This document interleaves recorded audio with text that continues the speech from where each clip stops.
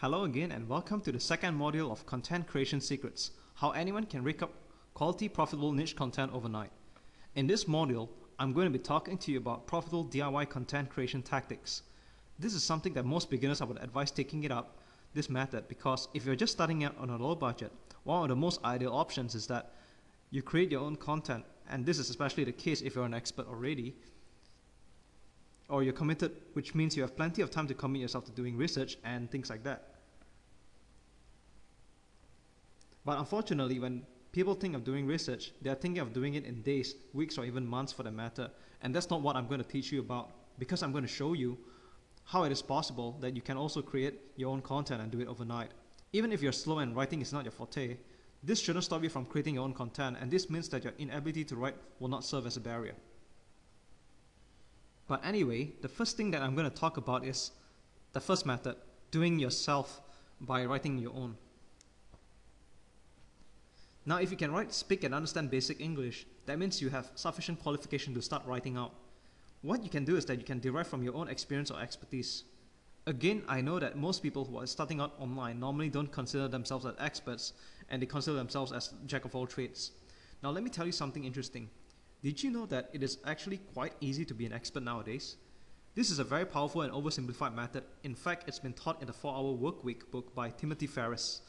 I'm going to summarize it to you.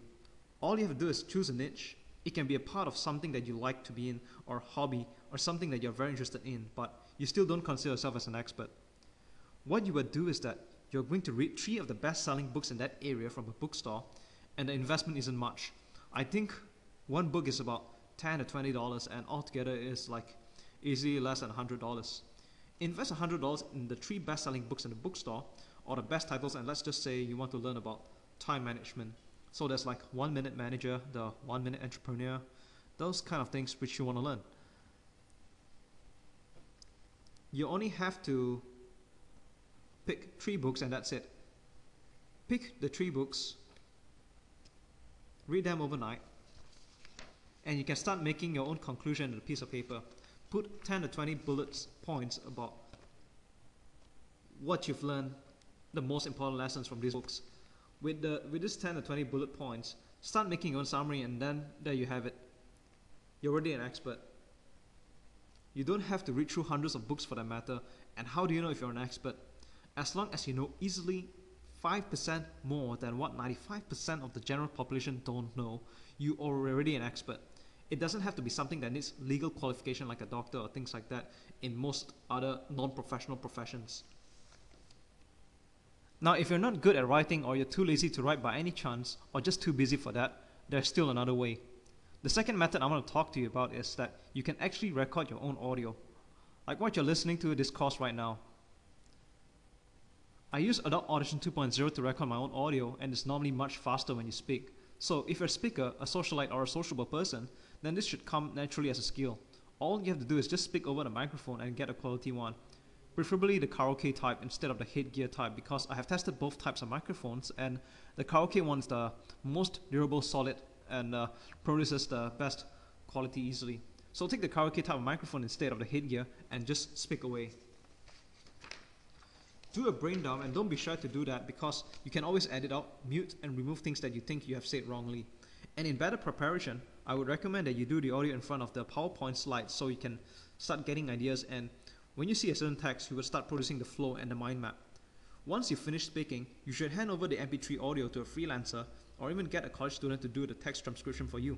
Pay him a nominal fee, and he will listen to your MP3 audio while writing down the text, so you don't have to do it yourself. Get someone who can transcribe for you for a nominal fee, and this is actually quite easy. It's a lot easier than you think, because there are always people who are looking for ways to supplement their income, and like a second part-time job, so this is something you can give to a college student or a freelancer who is committed to doing these kind of things for you full-time. So there you have it. You will have disposable quality content. Your MP3 audio and your own text transcription, which means this is something that you can potentially sell higher than you do for an ebook. An ebook can normally sell off for $10 to even $97, but with an MP3 audio and text transcription, you can sell anywhere from $47 to even hundreds of dollars. And this is why some people are just getting rich by making home study courses. The third method is recording your own video. Now, there are two different types of videos I'm going to talk about, and I think this is just as powerful, in fact, potentially more powerful than just doing audio and text in some cases.